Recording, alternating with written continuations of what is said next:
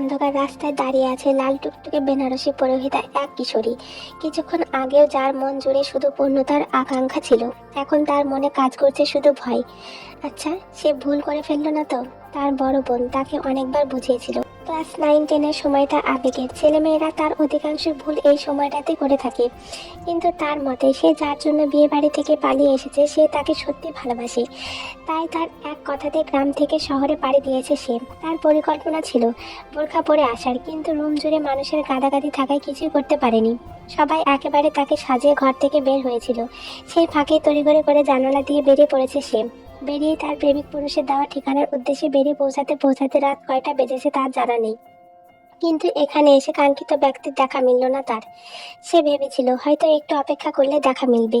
সময়ের গতিবেগ বেড়ে চলেছে, তবু কারো দেখা না পেয়ে এইবার ভয়ে কাঁপছে সে। তার কাছে মোবাইলও নেই যে কল করে কিছু জানাবে। এখন তার মনে প্রশ্ন জাগছে, এক দেখায় কারোর জন্য গ্রাম ছেড়ে বোকামি করলো না তো সে? আসলে সে যখন ক্লাস 9-এ পড়তো তখন সরকারিভাবে রক্ত পরীক্ষার জন্য তাদের স্কুলে দুজন ডাক্তার গিয়েছিল। তার মধ্যে একজন ছিলেন খুব মিশুক আর অপরজন ছিলেন একেবারে নির্জীব। সবাই এই নির্জীব লোকটার কাছে পরীক্ষা করতে ভয় পেত। সেও দোয়া করেছিল যেন সে এই ব্যক্তির নিকট যেতে না হয়, অথচ ভাগ্যক্রমে তাকে ওই লোকটার কাছে যেতে হলো। যখন লোকটা হাতে সুই ফোটাতে যাবে তখনই সে তার হাত সরিয়ে নিতে গেলে এতে ধমকে উঠলো তাকে, সাথে বড্ড বিরক্ত বোধ করলো। আর তা বুঝতে পেরে লোকটাকে অনেক খারাপ মনে করলো সে। তখনই তার অপর পাশের ডাক্তারটা এই ডাক্তারটাকে বলে উঠলো, ওকে আমার কাছে পাঠা জাঙ্কুক। তিনি বলতে দেরি আর সে তার কাছে যেতে দেরি নেই। তার কাছে ওই ডাক্তারটাকে খুব ভালো লেগেছিল। সে সবার সাথে কত সুন্দর কথা বলতে বলতে রক্ত পরীক্ষা করে নিচ্ছেন, অথচ এই লোককে দেখো কিভাবে হঠাৎ করেই সুই ফুটিয়ে দিচ্ছে। অপর ডাক্তারটার কাছে যেতেই সে তার থেকে তার নাম নাম্বার সবকিছু আগে নিল, তারপর কথা বলতে বলতে পরীক্ষা করে নিল। তারপর সে আর কোনো কিছু না ভেবে ক্লাসে চলে গেল। সেদিন রাতে সে যখন তার মায়ের সাথে ফোন দেখছিল তখনই হোয়াটসঅ্যাপে একটা নোটিফিকেশন এলো। সাথে সাথে সে হোয়াটসঅ্যাপে ঢুকলো এবং দেখলো ওই ভালো ডাক্তারের কাছ থেকে একটা মেসেজ এসেছে। এভাবে নিত্যদিন মায়ের থেকে লুকিয়ে ওনার সাথে কথা বলতো সে। এক সময় কিশোরীর মনকে হারিয়ে বসলো ওই লোকের পানি। তবে সে যখন এসএসসি পরীক্ষা দিবে তখন এমন সময় একদিন তার মায়ের কাছে ধরা পড়ে গেল, আর তাতেই তাকে বিয়ে দিতে লেগে পড়লো তার বাবা মা। আর আজকেই তার বিয়ে ছিল, অথচ সে তার খালাতো বোনের নাম্বার দিয়ে ওই লোকের সাথে যোগাযোগ করে বাড়ি ছেড়ে পালিয়ে এসেছে। হঠাৎই অন্ধকারের মাঝে একটা কালো আবহাওয়া ছুটে আসতে দেখা গেল। তৎক্ষণাৎ উঠে দাঁড়ালো সে। ভাবলো এটা হয়তো কাই। কাই হচ্ছে তার প্রেমিকের নাম। অথচ সামনে যেতেই সে থমকে গিয়ে বলল, ডাক্তার সাহেব আপনি, আপনার বন্ধু কোথায়? তার কথায় কোনো জবাব না দিয়ে ভ্রু কুঁচকে তার দিকে তাকিয়ে আছে জাঙ্কুক। তারপর কপাল কুঁচকে বলল, তোমার সাজ এমন কেনতে? যেন বিয়ে বাড়ি থেকে পালিয়ে এসেছো। মানে আপনি জানেন না কিছু? আর উনি কোথায়? ও তো আজকে ঢাকা ছেড়ে চলে গিয়েছে, আর আমাকে বলেছে তুমি নাকি এখানে অপেক্ষা করবে। আমি এসেছি তোমাকে এই চিঠিটা দিতে। চিঠিটা তার হাতে দিতে দিতে বলল জাঙ্কুক, তার চেম্বারে গিয়ে বিকেলের দিকে এই চিঠিটা দিয়ে গিয়েছিল কাই। বলেছিল তেন এখানে তার জন্য অপেক্ষা করবে, তের হাতে এটা পৌঁছে দিতে। সে এদিক সেদিক না ভেবে সম্মতি জানিয়েছিল। এই রাস্তা দিয়ে বাড়ি ফিরে সে, তাই তার কোনো সমস্যা ছিল না। তবে এখানে এসে তের সাজগোজ দেখে রীতিমতো চমকে গেছে সে। যদিও চিঠিটা সে পড়ার প্রয়োজন মনে করেনি, সরাসরি তের হাতে এনে দিয়েছে। তবে এখন পরিস্থিতি দেখে বুঝতে পারছে তার চিঠিটা একবার পড়ার দরকার ছিল। চিঠি হাতে নিয়ে তার চোখের সামনে মেলে ধরলো তে, তারপর পড়তে লাগলো। চিঠিতে লেখা এক একটা শব্দ। পড়া শেষ হতে মাটিতে বসে ডুকরে কেঁদে উঠল সে। তাকে এভাবে কাঁদতে দেখে তৎক্ষণাৎ নিচু হয়ে তার দিকে ঝুঁকে জাঙ্কুক প্রশ্ন করতে লাগলো, কি হয়েছে তে? এভাবে কাঁদছো কেন তুমি? তার কথায় চিঠিটা তার দিকে এগিয়ে দিয়ে তে কাঁদতে কাঁদতে বলল, উনি এটা কেন করলো ডাক্তার সাহেব? আমি এখন কি করবো? কোথায় যাবো? আমি যদি ওনার কাছে টাইম পাশে আইতাম তাইলে উনি আমারে কেন আইতে কইলো বলেন না ডাক্তার সাহেব? এভাবে কেঁদো না প্লিজ, তুমি আমার সাথে চলো, আমি তোমায় বাসায় দিয়ে আসছি। আমারে এখন বাড়ি গেলে মায়েরা ফেলবো, আর এমনিতেও এখন হয়তো বিয়া ভেঙে ওই লোকেরা চলে গেছে বলে হাঁটুতে মুখ মুছে কাঁদতে লাগলো তে। কিছুক্ষণ এভাবেই কাটলো। সহসা মাথা তুলে তে কাদর কণ্ঠে বলল, আমারে বিয়া করবেন ডাক্তার সাহেব? সত্যি কইতাছি, আমি জীবনেও আপনার কাছে কিছু চামু না। আমার একটা চাকরি হইয়া গেলে না হয় আপনি আমারে ছাইরা দিয়েন। কি বোঝো এসব? বিয়ে কি তোমার কাছে ছেলে খেলা মনে হয়? আমি যা কইতাছি ভেবে কইতাছি। এখন আপনার ইচ্ছা হলে আপনি রাজি হন, নয়তো আমি আমার পথ বাইছা নেব। বলে রাস্তার মাঝে গিয়ে দাঁড়ালো সে। বিপরীত দিক থেকে একটা ট্রাক আসছে, তাতে ওর কোনো হেলদোল নেই। ট্রাক একেবারে তাকে ছুঁই ছুঁই অবস্থা, চোখ খিচে বন্ধ করে নিল সে। সাথে সাথে হাতে হ্যাঁচকা টান অনুভব করলো। টান দিয়ে রাস্তার সাইডে এনে তাকে ধমকে উঠলো জাঙ্কুক। এগুলো কেমন ধরনের পাগলামিতে? পাগল হয়ে গিয়েছো তুমি? আপনার কাছে পাগলামি মনে হইলেও আমার কাছে এখন সব ঝামেলা থেকে বাঁচার একমাত্র উপায় এটাই। ছাড়েন আমারে, আপনি আপনার কাজে যান, বলে জাঙ্কুকের হাত ছাড়াতে লাগলো সে। আসলে তের দিকটাও ভুল নাই। সে যদি এখন বাড়ি ফিরে যায়, সে কি আর আগের মতো বাঁচতে পারবে? আমাদের এই সমাজ কি বাঁচতে দেবে তাকে? না, কখনোই না, বরং একটা কলঙ্ক লাগিয়ে দেবে তার গায়ে। কেউ কেউ তো বলেও ফেলবে ছেলের সাথে নষ্টমী করে এসেছে। কেউ বুঝতে চাইবে না তার সাথে কতটা নির্মম অন্যায় করা হয়েছে, যার জন্য পুরো পরিবার ছেড়ে চলে এলো। তার থেকে ধোঁকা খাওয়া চারটেখানি কথা না। তবে আমাদের সমাজ তা বুঝতে নারাজ। এটাই আমাদের সমাজের নিয়তি। এইদিকে তার এখন কাণ্ডে রেগে গেল জাঙ্কুক। রাগে কটমট করতে করতে বলল, চলো আমার সাথে, আর একটা কথা বলবে তো পানিতে ফেলে দেব। বলেই তের হাত ধরে টানতে টানতে নিয়ে যেতে লাগলো। তার মধ্যেই তে বলে উঠল, কোথায় নিয়ে যাচ্ছেন আমায়? বিয়ে করতে। তে চমকে উঠল। এর মাঝে জাঙ্কুক আবারও বলল, এই আমিময় অসহ্য মানবটিকে সহ্য করতে পারবে তো? কিছুক্ষণ চুপ থেকে তে বলল, পারবো। তারপর আর কেউ কিছু বলল না, চলল নিজেদের গন্তব্যের উদ্দেশ্যে। রাত বাজে 11টা। এমন সময় প্রায় সব কাজে অফিস বন্ধ, যে যার বাড়ি চলে গিয়েছে। অনেক খোঁজাখুঁজি করে অবশেষে একটা অফিস খোলা পেল জাঙ্কুক, আর সেটাতে ঢুকলো তারা দুজন। এর মাঝে সেখানে উপস্থিত হলো জাঙ্কুকের ছোট চাচা মিনহো। জাঙ্কুক তাকে বলেছে তাড়াতাড়ি কাজে অফিসে আসতে, সেও দেরি না করে তৎক্ষণাৎ চলে এসেছে। তার প্রাণের ভাতিজার কোনো কথাই সে ফেলতে পারে না। আজও পুরো পরিবারকে প্রশ্নের মুখে রেখেই তিনি এখানে চলে এসেছেন। তিনি আসতে বিয়ে পড়ানো শুরু করলেন কাজী সাহেব। কিছুক্ষণের মাঝে বিয়ে সম্পন্ন হয়ে গেল। তারপর তারা বেরিয়ে পড়লো বাড়ির উদ্দেশ্যে। আসার সময় গাড়ি নিয়ে এসেছেন মিনহো, সেই গাড়িতে উঠে বসলো তারা। ব্যাক সিটে চুপচাপ বসে আছে তে। মনে পড়ছে কিছুদিন আগের কথা। একদিন জাঙ্কুক তাকে মেসেজ দিয়ে বলেছিল, তুমি এখন অনেক ছোট, এসব প্রেম ভালোবাসা বাদ দিয়ে পড়াশোনায় মনোযোগ দাও। এই কথা শুনে তে রেগে গিয়েছিল সেদিন। বলেছিল, আপনার লজ্জা করে না নিজের বন্ধুর গার্লফ্রেন্ডকে এসব বলতে? বন্ধু হয়ে কি করে আপনি ওনার থেকে আমাকে দূরে সরানোর ধান্দা করছেন? অথচ সে ওই দিন বুঝতেই পারেনি তার ভালোর জন্য জাঙ্কুক ওই কথাগুলো বলেছিল। কিন্তু আজ সে বুঝতে পারছে নিজের ভুল। জীবন ম্যানশনে প্রতিটি সদস্য ড্রয়িং রুম জুড়ে পায়চারি করছে, চিন্তায় কাহিল দশা এক একজনের। তখনই বাইরে গাড়ির শব্দ পেয়ে সবাই ছুটে গেল। বাইরে গিয়ে দেখতে পেল জাঙ্কুক ও তার চাচাকে। তারপর চোখ গেল তাদের পেছনে গুটিয়ে দাঁড়িয়ে থাকা ফুটফুটে একটি মেয়ের ওপর। মেয়েটিকে লক্ষ্য করে লাফিয়ে উঠল জাঙ্কুকের ছোট বোন জিমিন। ভাইয়া, তুমি বিয়ে করেছো? তার কথার কোনরূপ উত্তর না দিয়ে বাড়ির ভেতরে ঢুকতে নিল জাঙ্কুক। কিন্তু বাধা হয়ে দাঁড়ালেন জাঙ্কুকের মা জিন। তিনি জাঙ্কুককে উদ্দেশ্য করে বললেন, এতদিন তো আমাদের এতবার বলার পরও বিয়ে করিসনি, এখন নিজে নিজে বিয়ে করে এসেছিস, আবার বিয়ের নিয়ম না মেনে ঘরে ঢুকছিস কেন? চুপচাপ ওর পাশে গিয়ে দাঁড়া, আমি যতক্ষণ না বলবো ততক্ষণ এক পাও নড়বি না, বলে জাঙ্কুককে তের পাশে দাঁড় করিয়ে দিলেন তিনি। অতঃপর বিয়ের সব নিয়ম কানুন শেষ করে বাড়িতে ঢুকতে দিলেন জাঙ্কুককে। বাড়িতে ঢুকে জাঙ্কুক নিজের রুমে চলে গেল, আর তেকে বসানো হলো ড্রয়িং রুমে। ভয়ে কাঁপছে তে। এমন হঠাৎ করে এই বাড়ির বউ হয়ে এসেছে সে, সবাই এখন তাকে কি বলবে? তার ভাবনার মাঝে মাথায় পেল একটা ঠান্ডা হাতের ছোঁয়া। জাঙ্কুকের মা জিন বেগম তের পাশে বসে মাথায় হাত বুলিয়ে নরম স্বরে জিজ্ঞাসা করলেন, তোমার নাম কি মা? কিম তায়ং তে। মাশাল্লাহ, ভারী মিষ্টি নাম, ঠিক তোমার মতোই। তাদের কথার মাঝেই জাঙ্কুকের বাবা আরেম সাহেব বলে উঠলেন, আচ্ছা, তা আমার বদমেজাজি গম্ভীর ছেলেটাকে কিভাবে পছন্দ হলো তোমার? তোমার মতো মিষ্টি মেয়ে ওর ফাঁদে কি করে পড়লো? স্বামীর এমন কথায় রেগে গেলেন জিন বেগম। এসব কেমন কথা বলছেন আপনি? পরপরই জিমিনকে ডেকে বললেন, ওকে জাঙ্কুকের ঘরে দিয়ে আয়, ওর বিশ্রামের প্রয়োজন। রুমে গিয়ে চুপচাপ সোফায় বসে আছে তে, পর্যবেক্ষণ করছে জাঙ্কুকের রুমটা। জাঙ্কুক ওয়াশরুমে ফ্রেশ হচ্ছে, এই সুযোগে রুমটা ভালো করে দেখতে পাচ্ছে সে। তখনই চোখে পড়লো জাঙ্কুকের অ্যাফ্রনের দিকে। সেখানে গুটি গুটি অক্ষরে লেখা, ডক্টর জিওন জাঙ্কুক।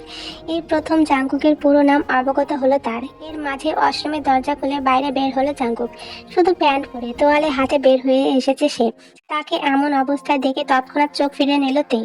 জাঙ্কুকও কিছুটা ইতস্ততা বোধ করলো। সে ভুলে বসেছিল আজ থেকে এই পিচ্চি মেয়েটারও তার কক্ষে আনাগোনা চলবে। নিজেকে যথেষ্ট স্বাভাবিক রেখে ওয়ার্ড্রপ থেকে একটা গেঞ্জি পরে নিল সে।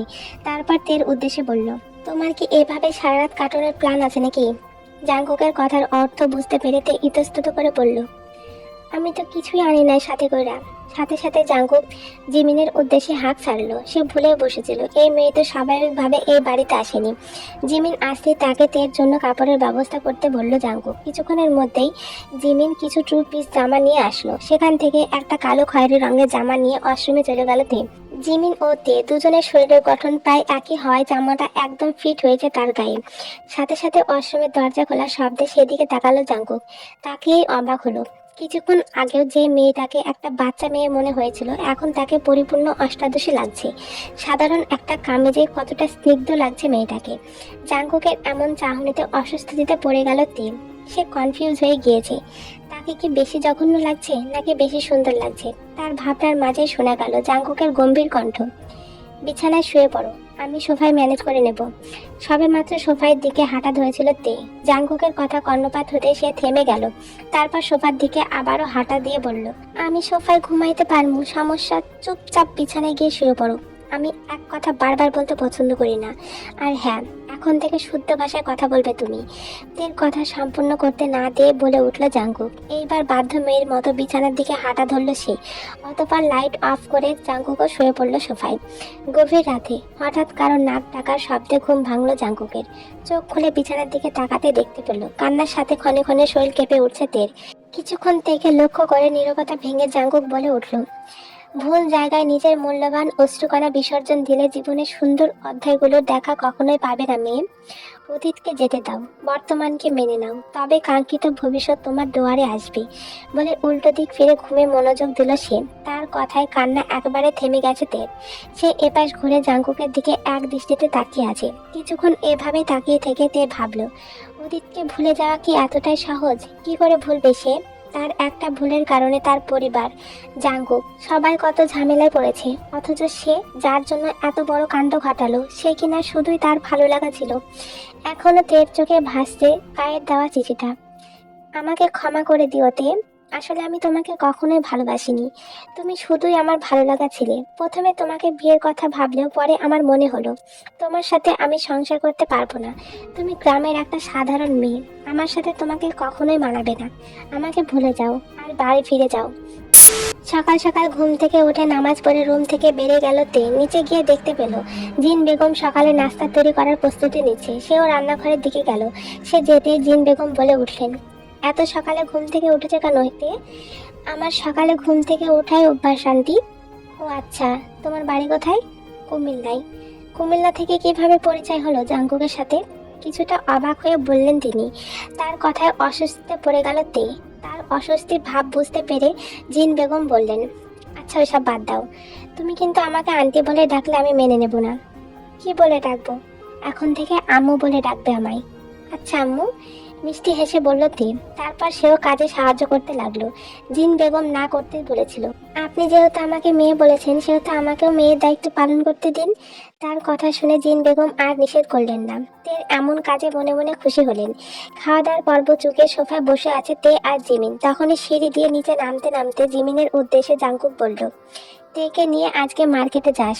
বলে অ্যাফ্রন হাতে নিয়ে হাঁটা দিল সে। আর তার কথায় জিমিন শুধু হ্যাঁ সূচক মাথা নাড়ালো। তারপর তের সাথে কথা বলতে ব্যস্ত হলো। কথার মাঝেই জিমিন প্রশ্ন করলো, তুমি কিসে পড়তে? এইচএসসি পরীক্ষাতে ছিলাম। ও, পরীক্ষাটা তাহলে দেওয়া হলো না? না। আপনি কিসে পড়েন? জিমিনের দিকে তাকিয়ে প্রশ্নটা করলো তে। তার প্রশ্নে জিমিন হেসে হেসে জবাব দিল, আমি এইবার এন্টার সেকেন্ড ইয়ারে পড়ি। আর শোনো, তুমি আমাকে আপনি করে ডেকো না প্লিজ, তুমি করে ডাকলে আমার ভালো লাগবে। আচ্ছা, ছোট করে জবাব দিল তে। এরপর জিমিন তার মাকে মার্কেটে যাওয়ার কথা জানালে তিনি উত্তর করলেন তিনিও সাথে যাবেন। দুটো মেয়েকে একা তিনি যেতে দিতে নারাজ। অতঃপর তারা রেডি হয়ে মার্কেটের উদ্দেশ্যে রওনা হলেন। রাতের খাবার টেবিলে বসে আছে তিনি। রাত জাগা তার অভ্যাস নেই। গ্রাম এলাকার মানুষ খুব তাড়াতাড়ি ঘুমিয়ে পড়ে, আবার সকালেও তাড়াতাড়ি উঠে পড়ে। আর সেই অভ্যাস অনুযায়ী এখন খাবার টেবিলে বসে ঘুমে ঢুলছে সে। সবাই খেয়ে দিয়ে শুয়ে পড়েছে, শুধু তে আর জাঙ্কুক বাকি রয়েছে। জাঙ্কুক প্রতিদিন রাত করে বাড়ি ফেরে আর তার মা তার জন্য অপেক্ষা করে। তবে আজ তিনি অপেক্ষা করতে চাইলে তে মানা করে দিয়েছে, বলেছে সে দেখে নিবে। তার কথাতে প্রশান্তির হাসি হেসেছেন জিন বেগম। এতদিন ধরে তিনি এটাই চেয়েছেন, তার ঘরে মিষ্টি একটা বৌমা থাকুক আর সে তার ছেলেকে দেখে রাখুক। তবে জাঙ্কুকের জন্য পারেনি। আজ তার স্বপ্ন পূরণ হলো। ভাবতে ভাবতে নিশ্চিন্তে ঘুমাতেই চলে গিয়েছেন তিনি। তীর ধুলতে থাকার মাঝেই নিঃশব্দে ড্রয়িং রুমে প্রবেশ করলো জাঙ্কুক। এসে নজর আটকে গেল টেবিলে বসে থাকা কালো শাড়ি পরে হেতাতের পানে। আজকে মার্কেটে গিয়ে তার শাশুড়ি মা তাকে শাড়ি কিনে দিয়েছেন অনেকগুলো। এর থেকে একটা শাড়ি পরেছে সে। যদিও জিমিন বলেছিল 3 পিস কিনে দিতে, তবে তিনি শুনেননি। বলেছেন বউদের শাড়িতেই ভালো লাগে।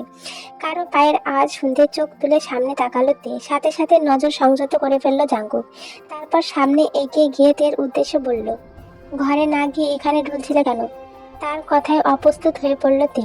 কি বলবে সে? কি করে বলবে যে জাঙ্কুকের জন্য অপেক্ষা করছিল? আমতা আমতা করে সে বলল, আপনি ফ্রেশ হয়ে আসুন, আমি খাবার দিচ্ছি। তার কথায় আর কিছু বলল না জাঙ্কুক। চুপচাপ ফ্রেশ হতে চলে গেল।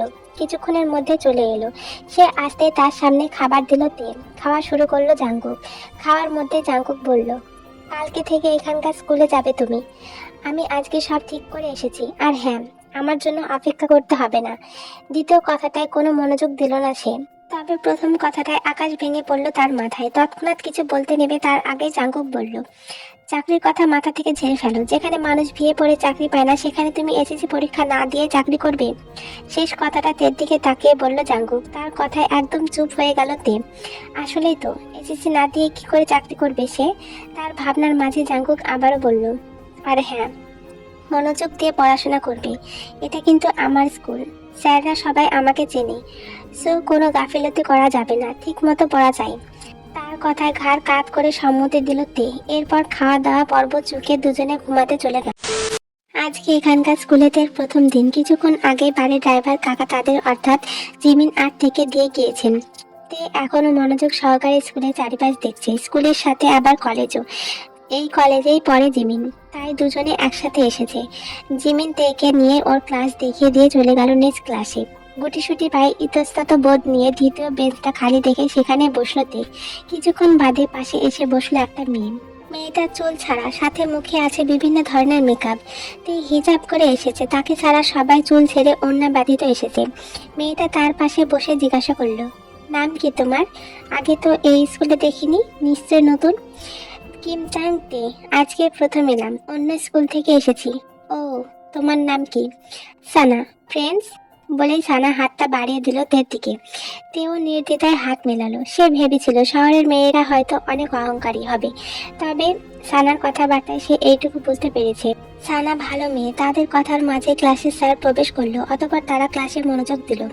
সবগুলো ক্লাস ঠিকঠাকই চলছিল, তবে তৃতীয় ক্লাস অর্থাৎ ম্যাথ টিচার এসে তের দিকে লক্ষ্য করলেন। তের হাতে চুড়ি দেখে কপাল কুঁচকে থেকে দাঁড় করালেন। এর আগের ক্লাসের স্যারগুলোও তাকে দাঁড় করিয়ে পরিচয় জেনেছে, তাই কোনো রূপ দেনামনার ছাড়াই উঠে দাঁড়ালো সে উঠতেই ম্যাথ টিচার জিজ্ঞাসা করলেন, তুমি কি বিবাহিত? জি স্যার। তা এত অল্প বয়সে যখন বিয়ের স্বাদ হয়েছে, তবে পড়তে এসেছো কেন?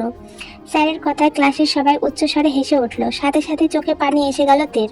তারপর থেকে সবগুলো ক্লাসে নীরবে অশ্রু বিসর্জন দিয়েছে তে। সানা তাকে অনেক বুঝিয়েছে, এই স্যার এমনই, উনি সবসময় ছাত্রছাত্রীদের পেছনে লেগে থাকেন। কাকে কিভাবে অপমান করা যায় এটা খোঁজাই ওনার কাজ। তবে তার কথায় শান্ত হতে পারল না তে।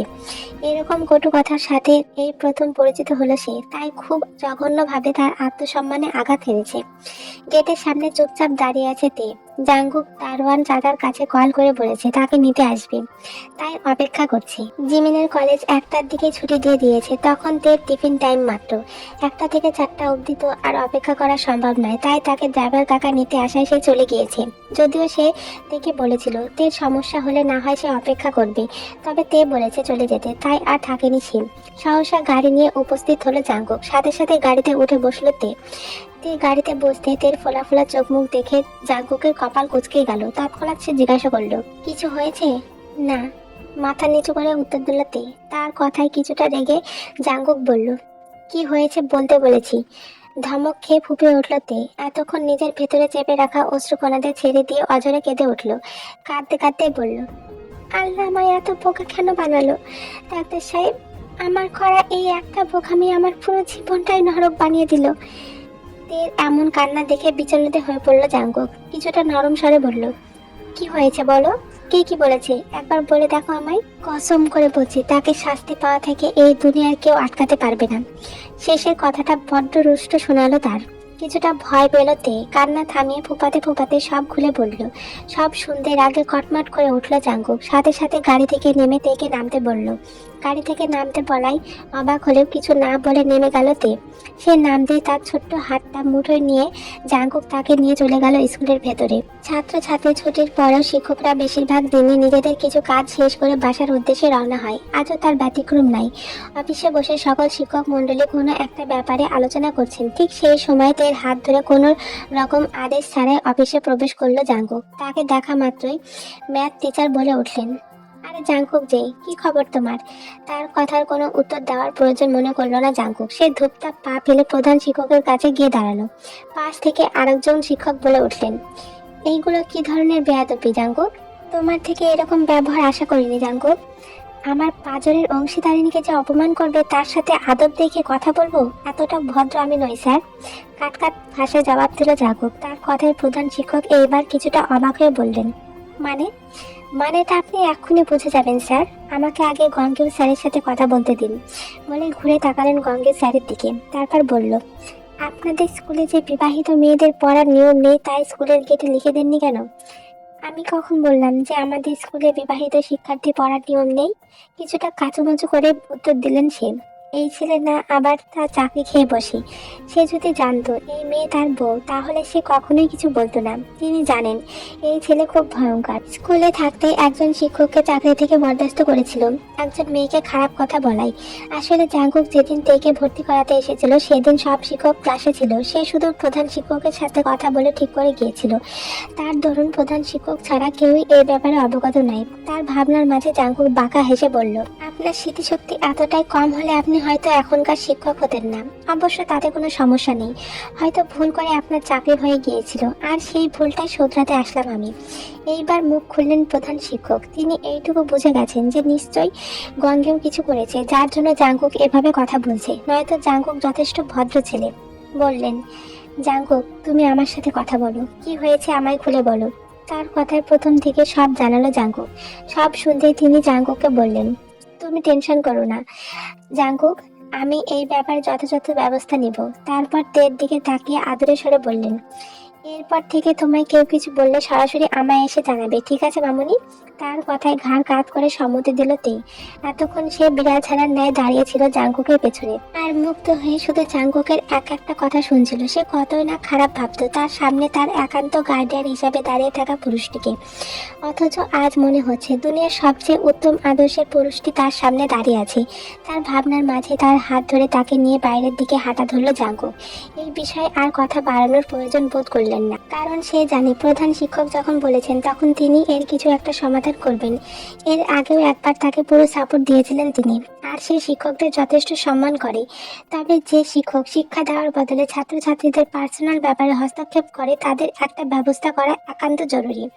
আর সেই ব্যবস্থাটাই পাকাপোক্তা করে গেল সে। থেকে গাড়িতে বসিয়ে দিয়ে হাত থেকে এক টানে চুড়িগুলো খুলে ফেললো জাঙ্কুক। বলল, নেক্সট টাইম যেন আর এসব পড়তে না দেখি। সাথে সাথে এভাবে টান মেরে খোলা ব্যথায় শব্দ করে উঠল তে। চোখে এসে ভিড় জমালো অশ্রুকণারা। সেসবে তোয়াক্কা না করে গাড়ি স্টার্ট দিল জাঙ্কুক। রাগে তার মাথা ফেটে যাচ্ছে। এভাবে স্কুল ড্রেসে মেয়েটাকে একদম বাচ্চা বাচ্চা লাগছে। আবার পরেছে চুড়ি। এইগুলো পরার কি দরকার? এইগুলো না পরলে তো কেউ বুঝতো না ও বিবাহিত, আর না অপমান করতে পারতো। এইদিকে ছলছল নয়নে তার দিকে অপলক দৃষ্টিতে তাকিয়ে আছে তে। ভাবছে একটা মানুষের এতগুলো রূপ কি করে হয়। কিছুক্ষণ আগেও যে মানুষটা তার জন্য এত কিছু করলো, আবার এখন তাকেই এভাবে কষ্ট দিতে পারে। তে চাহনে বুঝতে পেরে তার দিকে ঘুরে তাকালো জাঙ্কুক। সাথে সাথে ঝংকার দিয়ে উঠলো তার বক্ষ পিঞ্জর। এমন ছলছল নয়নে ইনোসেন্ট ফেস নিয়ে ড্যাপ ড্যাপ করে তাকিয়ে আছে কেন এই মেয়ে? সে কি বুঝতে পারছে তার এই লুক নাড়িয়ে দিচ্ছে জাঙ্কুকের পুরো সত্তাকে? রাতে স্কুলের পড়া শেষ করে ড্রয়িং রুমে বসে জিমিনের সাথে আড্ডা দিচ্ছিল তে। বাসায় কেউই আজকের ঘটনার ব্যাপারে কিছু জানে না, কারণ তেই কাউকে কিছু বলেনি। তাদের আড্ডার মাঝে সেখানে উপস্থিত হলো জাঙ্কুক। তাকে এত তাড়াতাড়ি বাড়ি ফিরতে দেখে অবাক হলো দুজনেই। জিমিন তো অবাকের সাথে ভয়ও পেল তাড়াতাড়ি পড়ার থেকে ওঠার কারণে। তাই সে আর এক মুহূর্ত দেরি না করে সেখান থেকে কেটে পড়ল। সে যেতে তের পাশে এসে বসলো জাঙ্কুক আর বলল, হাতটা দাও। তার কথায় তৎক্ষণাৎ হাত এনে তার সামনে ধরল তে। সে আর ধমক খেতে চায় না এই লোকের কাছ থেকে। তে হাত দিতে তার কেটে যাওয়া হাতটায় প্রাথমিক চিকিৎসা প্রয়োগ করতে লাগলো জাঙ্গুক। বিকেলে সে লক্ষ্য করেছিল তের হাতটা খানিকটা কেটে গিয়েছে, সে ওভাবে চুরি খোলার জন্য। তখন কিছু বলেনি সে। তেকে বাসায় রেখে চলে গিয়েছিল নিজ কাজে। তবে সেখানে গিয়ে একটু স্বস্তি পায়নি। শুধু চোখের সামনে ভেসে উঠেছিল তের কান্নারত মুখখানা আর তার কাটা হাতটা। তাই তো আজ সে তাড়াতাড়ি বাড়ি চলে এসেছে। দেখতে দেখতে কেটে গেল সপ্তাহ খানেক। এই সপ্তাহ খানেকের মধ্যে তের জীবনে অনেক কিছু পাল্টে গেছে। এখন তার আর আগের মতো অস্বস্তি লাগে না এখানে থাকতে, বরং একটা ভালো সম্পর্ক গড়ে উঠেছে বাড়ির প্রত্যেকটা মানুষের সাথে। বাদ পড়েনি জাঙ্কুকও, তার সাথে সম্পর্ক এখন অনেকটা স্বাভাবিক। তারা দুজন এখন একই বিছানায় থাকে, তবে নির্দিষ্ট দূরত্ব বজায় রেখে। তেই বলেছিল জাঙ্কুককে বিছানায় থাকতে। চারিদিকে আজানের প্রতিধ্বনিতে ঘুম ভাঙল তের। চোখ খুলতে নজর গেল জাঙ্কুকের দিকে। উপর হয়ে শুয়ে আছে সে। আবছা আলোয় দেখতে বেশ স্নিগ্ধ লাগছে লোকটাকে। আজকাল এই পুরুষটিকে বড্ড ভালো লাগে তার। উপরে শক্ত শক্ত কথা বললেও প্রতিটা কথার ভেতরে যত্ন খুঁজে পায় সে। অথচ এই মানুষটাকে আগে কত খারাপ ভাবতো সে। ভেবে একটা দীর্ঘশ্বাস ফেলল তে। তারপর বিছানা থেকে ফ্রেশ হতে চলে গেল সে। ফ্রেশ হয়ে নামাজ আদায় করে নিচে নামলো তে। তাকে দেখে তড়িঘড়ি করে জিন এগিয়ে এসে বলল, এতক্ষণ তোর অপেক্ষায় ছিলাম। কেন আম্মু, কিছু হয়েছে? আমি তোর আব্বু জিমিন আমাদের বাড়ি যাচ্ছি। আমার ভাইয়ের শরীরটা ভালো না বুঝলি, তাই দেখতে যাব। তুই একটু এই দিকটা সামলে নিস। তার কথায় বরাবরের মতো জবাব দিল, আচ্ছা আপনি চিন্তা করবেন না আম্মু, আমি সামনে নিব। এতক্ষণে একটু স্বস্তির নিঃশ্বাস ফেললেন তিনি। তার ছেলে যে কোনো জায়গায় যায় না, তাই তিনি কোথাও গেলে হামেশা ছেলের জন্য চিন্তা করেন। এবার আর কোনো চিন্তা নেই। তার একমাত্র ছেলের বউটা যে আছে, তিনি ভেবে পান না এত মিষ্টি একটা মেয়ে তার ছেলে কোথায় পেলেন। একবার তার সামনেই জাঙ্কুকের বাবা জাঙ্কুকে জিজ্ঞাসা করেছিল এই কথাটা। উত্তরে তার ছেলে বলেছিল, তুমি যেখান থেকে আমার আম্মুকে এনেছো, আমিও সেখান থেকে এনেছি। সেদিনের পর থেকে আর কেউ কিছু বলেনি এই ব্যাপারে। যেখান থেকে আনুক না কেন, তার ছেলে যে এমন একটা মেয়ে তার ঘরে এনেছে, এতেই তিনি খুশি। ড্রয়িং রুমে একা বসে আছে তে। কিছুক্ষণ আগে জিনটা চলে গিয়েছে। আর জাঙ্কুকের ছোট চাচা তো তাদের বিয়ের পর তিনি পারিবারিক অফিসের কাজে বরিশাল চলে গিয়েছে। তার বিয়ে 3 বছরের মাথায় তার স্ত্রী মারা গিয়েছে। তারপর তিনি আর বিয়ে করেননি। এখন তিনি একাকিত্বকে সঙ্গী হিসেবে বেছে নিয়েছেন। তাই তিনি বেশিরভাগ সময় বাইরে থাকে। তার দরুন এখন পুরো বাড়িতে সে আর জাঙ্কুক আছে। কিছুক্ষণের মধ্যেই জাঙ্কুক ঘুম থেকে উঠে পড়বে। তাই তাড়াতাড়ি করে নাস্তা রেডি করতে হবে তাকে। ভেবে তড়িঘড়ি করে রান্নাঘরে ঢুকে পড়ল সে।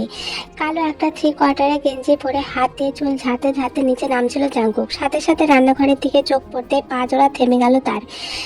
একদম পাকা গিন্নির মতো কোমরে শাড়ির আঁচল গুজে রুটি বেলছে। পেটের অনেকাংশ দৃশ্যমান হয়ে আছে, যা নজরে আসতেই হিম হয়ে গেল জাঙ্কুক। টেনে হিসছে সেখান থেকে নজর সরে রান্নাঘরের দিকে হাঁটা ধরল জাঙ্কুক। রুটি বেলার মাঝে হঠাৎ মনে পড়ল সে লবণ দেয়নি। তাই লবণের কৌটো নেওয়ার জন্য পা উঁচু করে হাত বাড়ালো, তবে নাগাল পেল না। তখনই তার হাতের পাশ দিয়ে আরেকটা হাত এসে কৌটোটা নিয়ে নিল। তৎক্ষণাৎ পিছে ঘুরে তাকালো তে। পেছন ফিরতে জাঙ্কুকের শরীরের সাথে শরীর লেগে গেল তার। কেঁপে উঠল সে। কাঁপা কাঁপা কণ্ঠে জাঙ্কুকের দিকে তাকিয়ে বলল, আহা আপনি কখন এলেন? এখনই। আম্মু কই?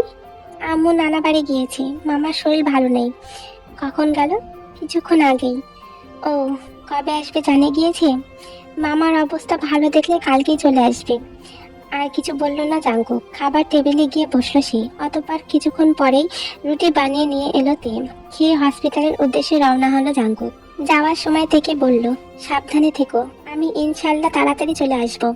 তার কথায় ঘাড় কাত করে সম্মতি জানালো তে। তারপর দরজা লাগিয়ে ঘরে চলে গেল। সে গিয়ে পড়তে বসলো। রাত প্রায় 11টার কাছাকাছি জাঙ্কুক এসে কলিং বেল চাপলো। সাথে সাথে দরজা খুলে গেল। যেন এতক্ষণ যাবৎ এরই অপেক্ষায় ছিল দরজার ওপাশের রমণীটি। দরজা খুলে সম্মুখে কাঙ্ক্ষিত মুখটি দেখতে তার বুকে ঝাঁপিয়ে পড়ল তে। কেঁদে দিল ঝরঝর করে। আসলে রাত হতেই এত বড় বাড়িতে একা থাকায় ভয় করছিল তের।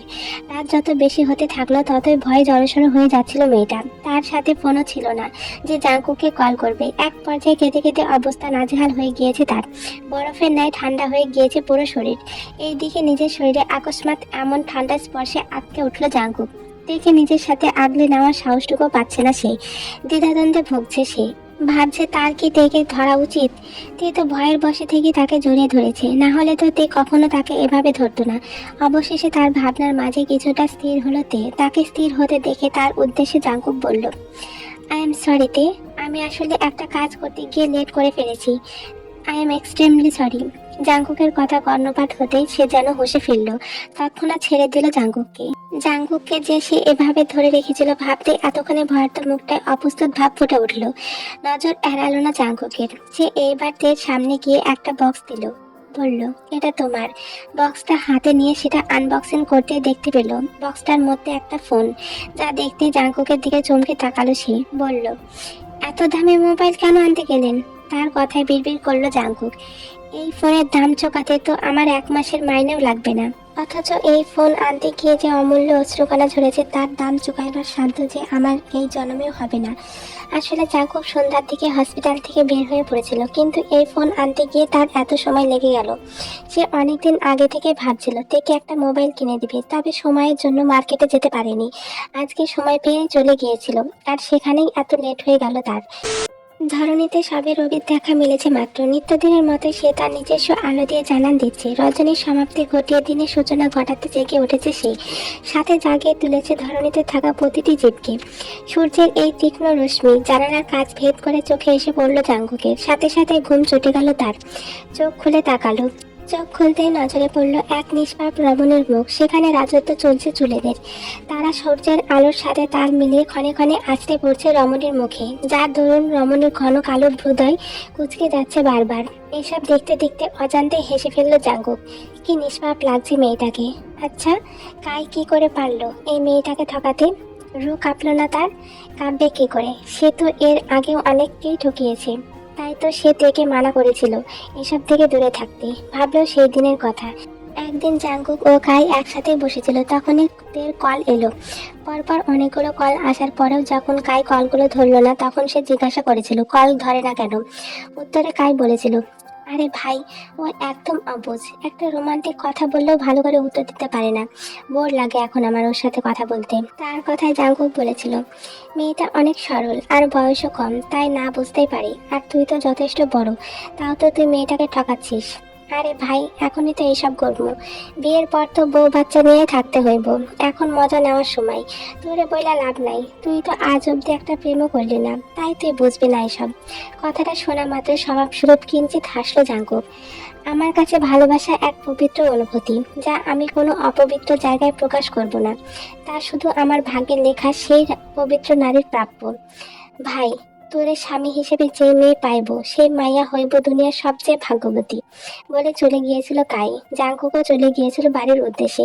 সেই রাতেই তে তাকে কল করেছিল। অনেকক্ষণ ভেবে চিন্তে অবশেষে সে কল ধরেছিল। কল ধরতেই তে কায়ের কথা জানতে চাইলে বড্ড রাগ হলো জাঙ্কুকের। এই মেয়ে এত বোকা কেন?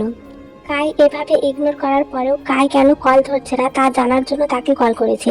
নিজের রাগকে সংযত করে সে বলেছিল, শোনো মেয়ে, এসব প্রেম ভালোবাসা বাদ দিয়ে ভালো করে পড়াশোনা করো। তার কথাই সেদিন তাকে ভুল বুঝেছিল তে। তার কথাটা মানলে হয়তো মেয়েটাকে এভাবে কাঁদতে হতো না, আর না তো এতটা নির্মমভাবে ঠকতে হতো। ভেবে দীর্ঘশ্বাস ফেলল সে। তারপর তের ওই মায়াভরা বদনখানির দিকে তাকিয়ে বলল, আজ এই মিষ্টিময় সকালের প্রতিটা আলোক রশ্মি সাক্ষী রেখে আমি কথা দিলাম, যতটা যত্ন করলে একটা নেতিয়ে পড়া ফুলও সতেজ হয়ে ওঠে, ততটা যত্নে আমি আগলে রাখবো তোমায়। যতটা ভালোবাসলে একটা মানুষ নিজেকেই অন্যের মাঝে হারিয়ে ফেলতে পারে, ততটাই ভালোবাসায় আমি মুড়ে রাখবো তোমায়। আজ থেকে তুমি এই জীবন জাঙ্কুকের একান্ত রোগী সাহেবা, বলে শোয়া থেকে উঠে ফ্রেশ হতে চলে গেল সে। ফোনের শব্দে ঘুম উড়ে গেল তের। তড়িঘড়ি করে পাশ থেকে ফোনটা নিয়ে দেখলো জিন বেগমের কল। সাথে সাথে রিসিভ করলো সে। কল রিসিভ করতেই জিন বেগম একদমই বলে উঠলেন, জাঙ্কুক, আমরা আজকে আসতে পারবো না, ইনশাল্লাহ কালকে আসবো। আর তের কাছে ফোনটা দে, ওর সাথে কথা আছে। তার কথায় তে বলল, আম্মু, আমি তে। আসলে জাঙ্কুকের দুটো সিম ছিল, তার থেকে একটা গতকাল তের মোবাইলে পড়ে দিয়েছে, যার দরুন জিন ভেবেছিল জাঙ্কুক কল ধরেছে। তের কণ্ঠ শুনে খুশিতে গদগদ হয়ে জিন বেগম বললেন, আমার মেয়েটার জন্যই তো অপেক্ষা করছিলাম, আগে বলবি না এটা তুই? শোন, আজকে আম্মু আসতে পারবে না, তুই একটু কষ্ট করে সামলে নে আজকের দিনটা। তার কথায় তাকে আশ্বস্ত করে তে বলল, সমস্যা নেই আম্মু, আপনি বলে দিন আজকে কি রাঁধতে হবে। শুনে সন্তুষ্ট হলেন জিন বেগম। তারপর থেকে সবকিছু বুঝিয়ে দিয়ে কল রাখলেন। রান্নাঘরে তে ও নিজের জন্য নাস্তা প্রস্তুত করছিল জাঙ্কুক। সাথে সাথে দৌড়ানোর শব্দ পেয়ে হকচকিয়ে পেছনে তাকালো। দেখলো তে এক প্রকার ছুটে নিচে আসছে। তৎক্ষণাৎ ধমকে উঠল সে, এভাবে দৌড়াচ্ছ কেন তে? পরে হাত পা ভাঙার পণ করছো নাকি? জাঙ্কুকের ধমকে কিছুটা স্থির হলো তে। আসলে জিন বেগমের সাথে কথা বলে যখন দেখলো জাঙ্কুক রুমে নেই, আবার সময়ও অনেক হয়ে গিয়েছে, তখনই তার মাথায় এলো উনি চলে গেলেন না তো। ভেবেই তড়িঘড়ি করে নিচে নামছিল সে। এখন জাঙ্কুককে দেখে একটা স্বস্তির নিঃশ্বাস ফেললো। ধীর পায়ে জাঙ্কুকের কাছে গিয়ে তাকে নাস্তা বানাতে দেখে চমকে গেল আর বলল, ইয়া আল্লাহ, আপনি রাঁধতেও পারেন? কিভাবে শিখলেন? অনেক আগেই শিখেছি। ছোটবেলায় আম্মু অসুস্থ থাকলে আমি আর আব্বু দুজন মিলে রান্না করতাম, তখন থেকেই পারি টুকটাক, স্বাভাবিকভাবে বলল জাঙ্কুক। তার উত্তরে কিছুটা মুগ্ধ হয়ে তার দিকে তাকিয়ে বলল, বলতেই হবে আপনি মায়ের আদর্শ ছেলে। এত কথা না বলে গিয়ে ফ্রেশ হয়ে আসো তাড়াতাড়ি। জাঙ্কুকের কথায় মুখটা চুপসে গেল তের। এত সুন্দর প্রশংসা করলো সে, আর এই লোককে দেখো, তাকে পাত্তা তো দূরে থাক, একটু নরম গলায় কথা বললো না।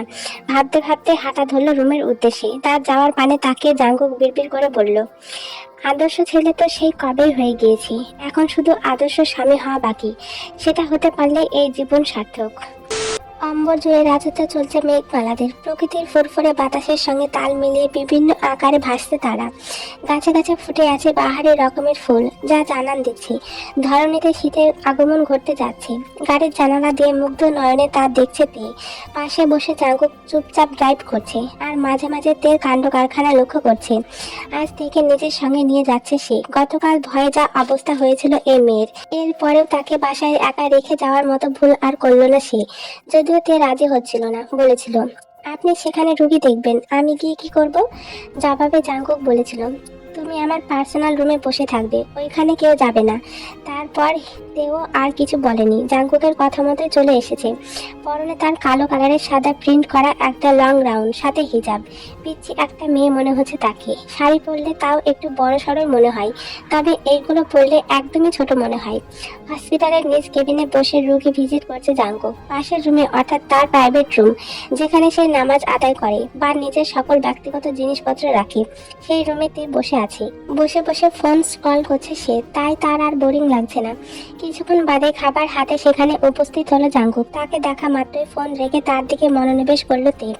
নুডলস, বার্গার আর বিরিয়ানি এনে তের সামনে রেখে জাঙ্কুক বলল, খেয়ে নাও, আমার একটা ক্লাস নিতে যেতে হবে, না আসা অবধি এখানে বসে থাকবে।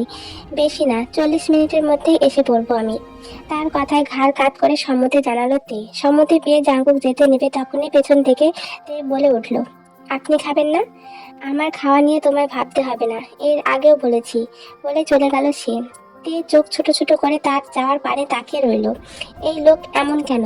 একটা প্রশ্নের উত্তর দিলে যেন মহাভারত অশুদ্ধ হয়ে যায় তার। আজব লোক, বলেই খাওয়ায় মনোযোগ দিল তে। তুমি কি জানো, তুমি মিথ্যা বললে তোমার এই চেহারায় তা স্পষ্ট ভেসে ওঠে।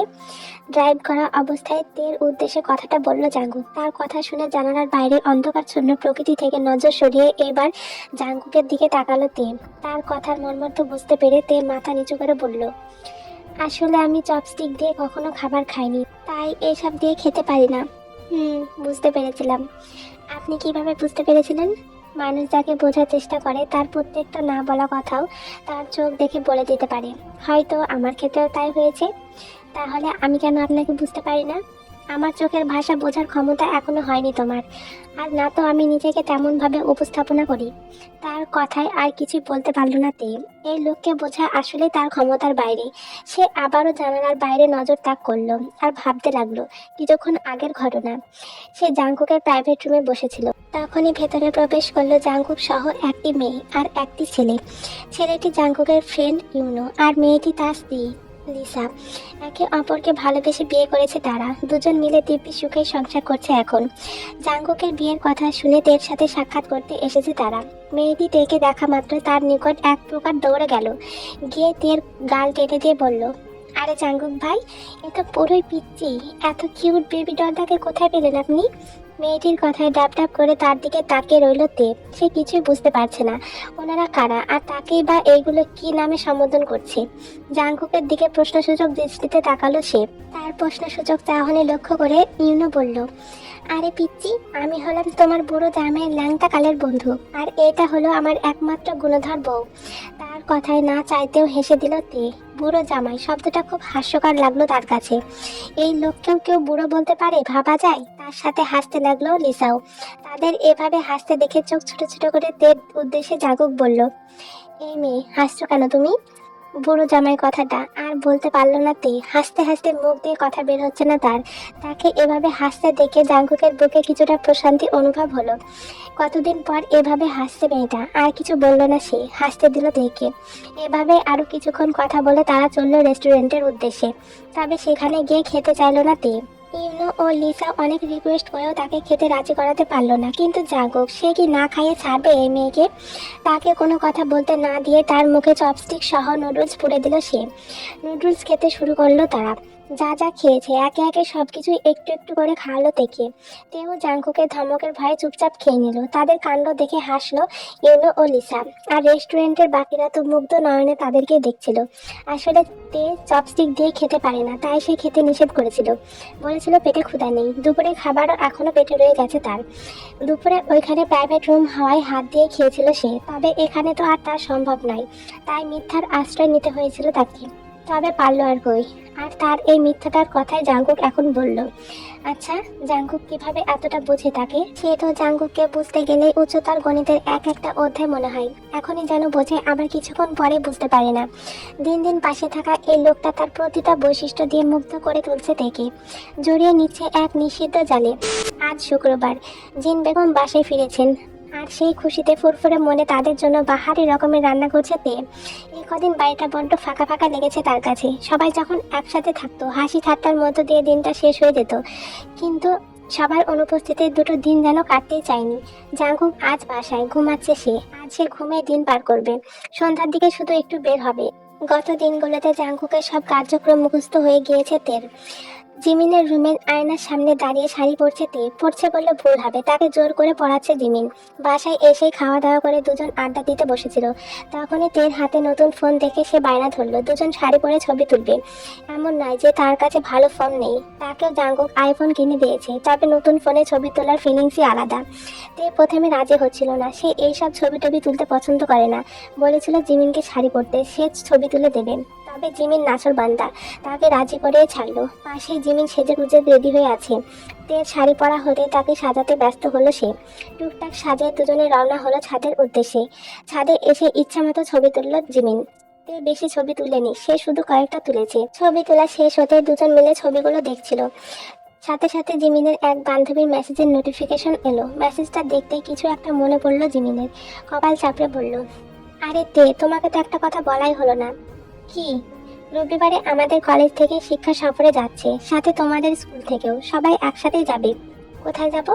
সেন্ট মার্টিন দ্বীপ। ভাইয়াকে বলো না আমরা দুজনে একসাথে যাব। আগে তো আমি একা ছিলাম বলে যেতে দিত না, এইবার তো তুমিও আছো, আশা করি দেবে। বলে দেখো না। নিঃসংকোচ আবদার জিমিনের। তবে তের অবস্থা বৈগতিক। তে কি করে বলবে এই কথা? সে তো কথা বলতে ভয় পায় জাঙ্কুকের সাথে।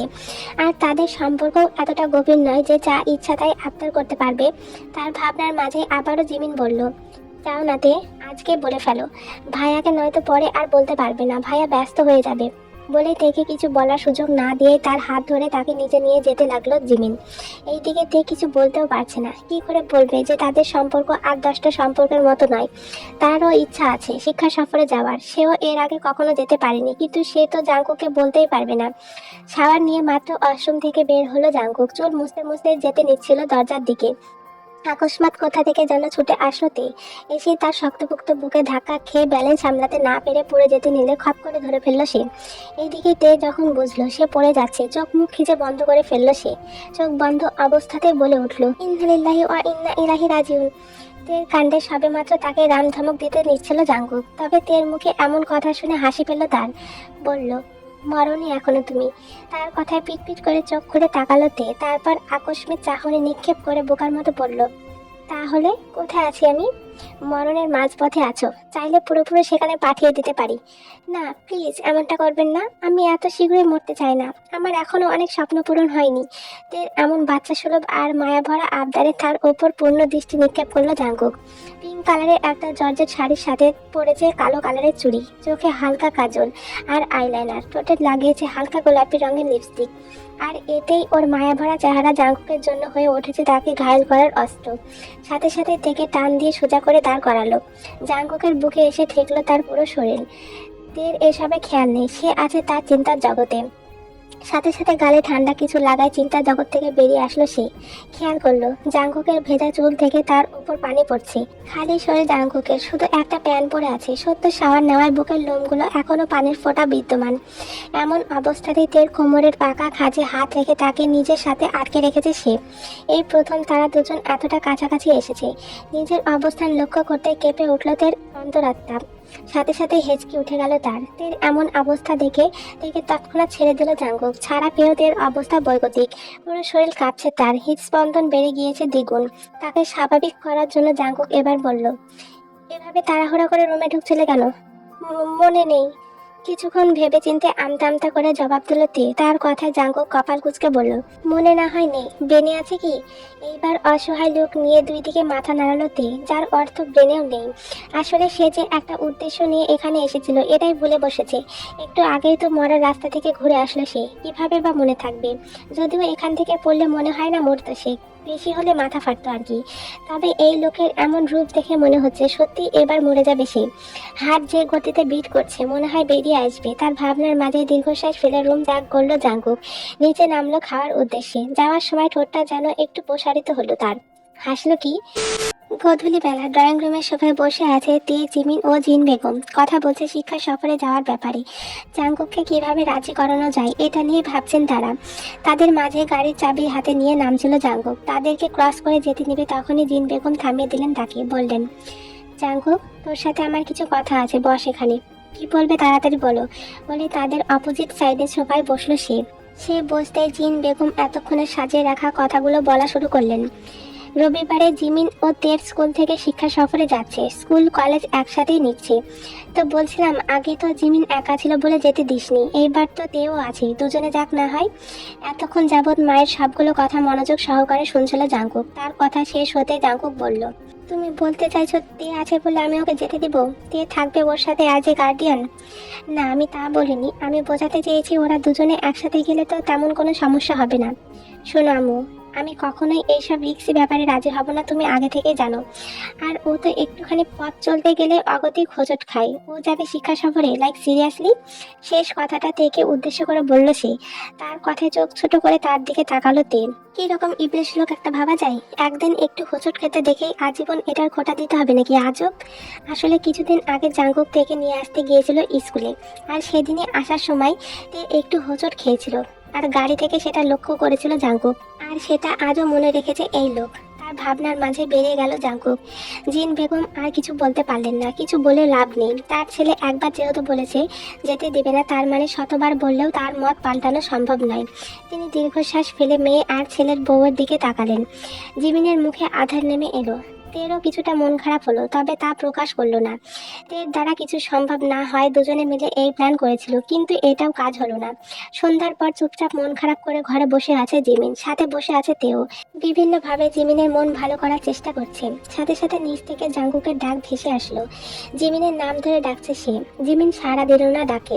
তার জানা আছে জাঙ্কুকের কারবার। এখন এসে সবসময়ের মতো বলবে, চল ভাইয়া তোকে নিয়ে ঘুরতে যাবি। প্রতিবারই এমন করে, এইবার যাই হয়ে যাক, সে যাবে না।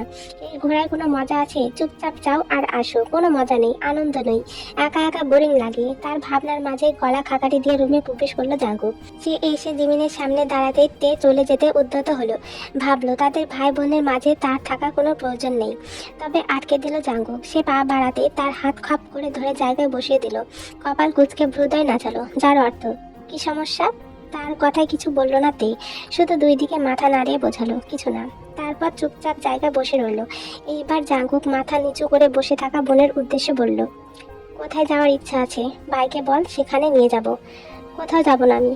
মাথা নিচু করে জবাব দিল জিমিন। জাঙ্কুক জানে তার বোনকে কিভাবে রাজি করানো যাবে। সে বলল, মনে হয় ওর সাথে ঘুরতে যাওয়ার ইচ্ছে নেই তোর, তাই মানা করছিস। আগে তো ঠিকই যেতি। আগে আমি একা বলে যেতে দিতে না, তাই তেমন খারাপ লাগেনি। আর এইবার তো তেও আছে, যেতে দিলে কি হতো? এই টপিক বাদ দিয়ে তুই আমার সাথে যাবি কিনা বল। যাব, বলে উঠে দাঁড়ালো সে।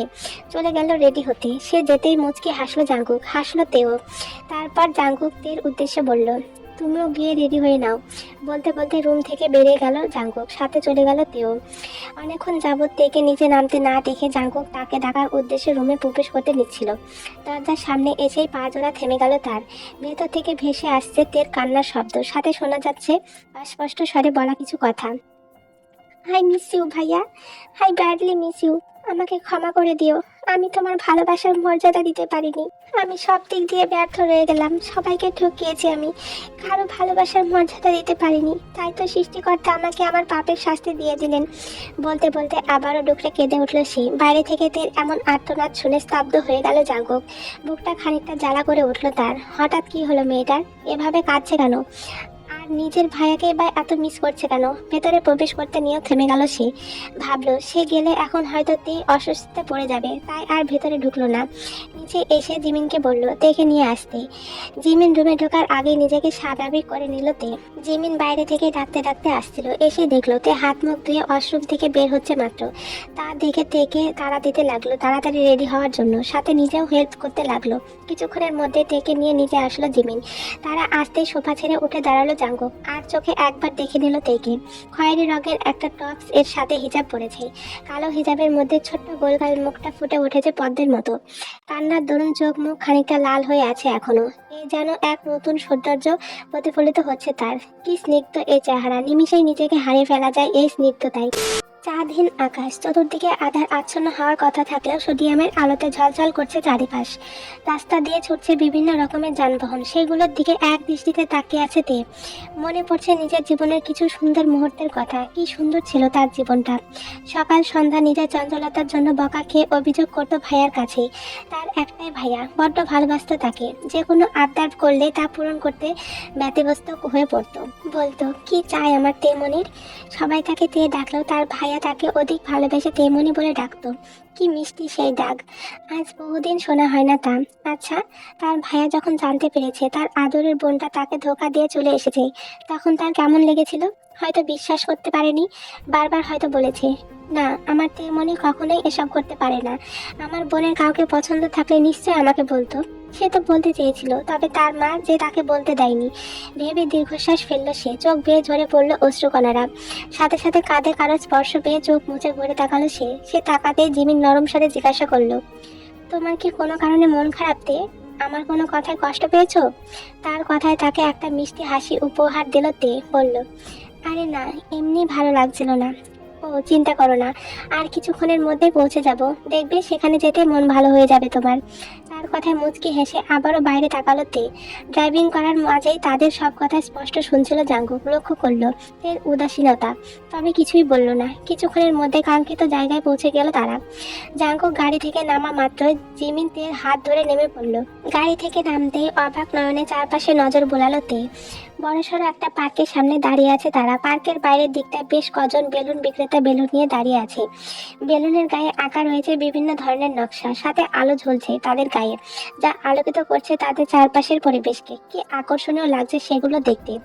এই বেলুনগুলো ভীষণ প্রিয় তের, সে নামও জানে, ঝিলমিল বেলুন। তার দৃষ্টি নজরে পড়লো জাঙ্কুকের। সে জিমিনকে ইশারা করলো তেকে নিয়ে ভিতরে ঢুকতে। সে আসছে। ভাইয়ার ইশারা বুঝতে পেরে জিমিন তেকে নিয়ে ভিতরে চললো। পার্কের ভেতরে ঢুকতে আরেক দফা অবাক হলো তে। বাইরের থেকে ভেতরটা বেশি মনোমুগ্ধকর। চারপাশে বিভিন্ন আর্টিফিশিয়াল ফুলের গাছ, তাতে লাগালো রং বেরঙের মরিচ বাতি। ফুল গাছগুলোর মাঝখানে মানুষের আনাগোনার জন্য রাখা হয়েছে সরু রাস্তা, সেখানে হাঁটছে অনেকগুলো কপতি। আদরে দেখা যাচ্ছে বেশ কটায় বসার বেঞ্চ। হেঁটে ক্লান্ত হয়ে গেলে সেখানে বসে হয়তো বিশ্রাম করে মানুষ। বেঞ্চগুলো খুব সুন্দর করে সাজানো। এইসব দেখতে দেখতে একটা ফাঁকা জায়গায় গিয়ে দাঁড়ালো তারা।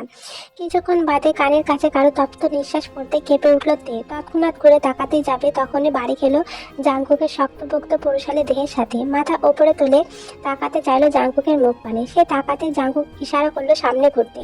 তার কথা মতো তাই করলো তে। ঘুরতে তার চোখ জোড়া নিজের পুরুষালী হাত দিয়ে ঢেকে দিল। অন্য হাতে তে তুলতুলে নরম হাতটা নিয়ে সেখানে কিছু ধরিয়ে দিয়ে কানের কাছে ফিসফিস করে বলল, তোমার জীবনের প্রতিটা দুঃখ এদের সাথে উড়িয়ে দাও, ছেড়ে দাও এদের মুক্ত আকাশের পানে। বলে নিজের হাতটা দিয়ে চোখ থেকে সরিয়ে নিল সে। হাত ছড়াতে দিয়ে দেখতে পেল একটা আস্ত ঝিলমিল বেলুনের গুচ্ছ তার হাতে ধরিয়ে দিয়েছে জাঙ্কুক। সে অবাক নয়নে ঘুরে তাকাতে জাঙ্কুক তাকে আটকে দিয়ে বলল, আমি চলে যাচ্ছি না, তোমার সাথেই থাকছে আজীবন। আমার দিকে তাকাতে হবে না, যা বলেছি তা করো। তার কথায় আর কিছু বলতে পারল না তে। হাতটা ওপরে তুলে বেলুনের গুচ্ছটা ছেড়ে দিল আকাশপানে। ছেড়ে দেওয়া হাতটা নিচে নামাতে তখনই আরেকটা বেলুনের গুচ্ছ তার হাতে ধরে দিল জাঙ্কুক। পূর্বের ন্যায় কানের কাছে মুখ এনে বলল, তোমার জীবনের প্রতিটা যন্ত্রণাদায়ক অতীতের নামে উড়ে দাও এদের, চলতে দাও নিজ ইচ্ছের মতো। জাঙ্কুকের কথা মতোই সেটা ছেড়ে দিল তে। পরপর পার্কের বাইরে থাকা সকল বেলুন বিক্রেতাদের থেকে এক একটা বেলুনের গুচ্ছ নিয়ে তের হাতে ধরিয়ে দিয়ে একই কাজ করলো জাঙ্কুক। প্রতিবার আওড়ালো নতুন নতুন বাক্য। অতঃপর শেষ বেলুনের গুচ্ছটা তের হাতে ধরে দিয়ে বলল, তোমার জীবনের প্রতিটা সুখ হিসেবে এদের রেখে দাও একান্ত নিজের করে, আলোকিত করে রাখো সর্বদা। আকাশে ওরা প্রতিটি বেলুনের গুচ্ছের দিকে তাকিয়েছিল তে। সত্যিই যেন মনে হচ্ছে তার জীবন থেকে সব দুঃখগুলো উড়িয়ে দিল। প্রথমে এতগুলো বেলুন আকাশে উড়িয়ে দিতে খারাপ লাগছিল তার, কিন্তু এখন অনেক হালকা লাগছে নিজেকে। বুক ভরে শ্বাস টেনে নিল সে। এতক্ষণের মলিন মুখটাই ফুটে উঠল এক চিলতে স্নিগ্ধ হাসি রেখা, যা মুগ্ধ নয়নে দেখলো জাঙ্কুক। স্বস্তির নিঃশ্বাস ফেললো সে নিজেও। এইবার তে ঘুরে তাকালো জাঙ্কুকের দিকে। বড্ড বেশি মুগ্ধ হচ্ছে সামনে থাকা এই পুরুষটির দিকে। মন চাইছে জোরে ধরে বলতে, আপনি এত ভালো কেন ডাক্তার সাহেব? কিন্তু পারল না সে। জাঙ্কুকের দিকে অনিমেষ দিয়ে বলল, আপনি আমার জন্য এতগুলো টাকা নষ্ট করলেন কেন ডাক্তার সাহেব? টাকা খরচ করে যদি এত সুন্দর মিষ্টি হাসি দেখতে পাওয়া যায়, তাহলে রোজ রোজ এমন টাকা খরচ করলে মন্দ হয় না। মনে মনে বলল জাঙ্কুক, তবে সামনাসামনি বলল, মন চাইলো তাই করলাম। আপনি এত ভালো কেন ডাক্তার সাহেব? অশ্রু সিক্ত নয়নে প্রশ্নটা করেই ফেলল তে। বড্ড সুখ সুখ লাগছে তার। এত সুখ কি সে পাবে ভেবেছিল? সুখে তার চোখ দিয়ে পানি এসে গেল। এইদিকে তের চোখে আবারও পানি দেখে জাঙ্কুক দীর্ঘশ্বাস ফেলে বলল, এই জন্যই বলি, পরনা কিশোরীদের ফাঁদে ওদের কাণ্ড কারখানা বোঝা বড়ই মুশকিল। ওরা এখনই হাসে আবার এখনই কাঁদে। তার কথায় হেসে ফেলল তে। বলল, দোয়া করি আপনার মতো আদর্শ পুরুষগুলো প্রতিটা কিশোরী মেয়েদের ফাঁদে পড়ুক, গুছিয়ে দিক তাদের অগোছলা জীবনটাকে। আর হ্যাঁ, কিশোরী মেয়েদের ফাঁদে পড়া কিন্তু এতটাও মন্দ না। তারা তাদের প্রিয় মানুষের সকল কথা শুনে চলে। শেষ কথাটি বলে অমায়িক হাসলো তে। হাসলো জাঙ্কুকও। তাদের দুজনের হাসিতে মুগ্ধ হলো চারপাশের সকলে। জিমিন এই দৃশ্যটাকে স্মৃতি করে রাখার জন্য দূর থেকে ক্যামেরাবন্দি করে নিল তা। ছবিটা দেখে হাসলো গৌরবের হাসি। তার ভীষণ গর্ব হচ্ছে তার ভাইয়াকে দেখে। কত সুন্দর করে তের মন ভালো করে দিল। তারও ভীষণ খারাপ লাগছিল তের উদাসীনতা দেখে। এখন তের মুখে হাসি দেখে প্রশান্তি অনুভব করছে। মেয়েটা বড্ড মায়াবী। মায়াভরা ওই মুখটায় উদাসীনতা একদমই বেমানান। এভাবে হাসি খুশি থাকুক চিরকাল তারা, এটাই চাওয়া জিমিনের।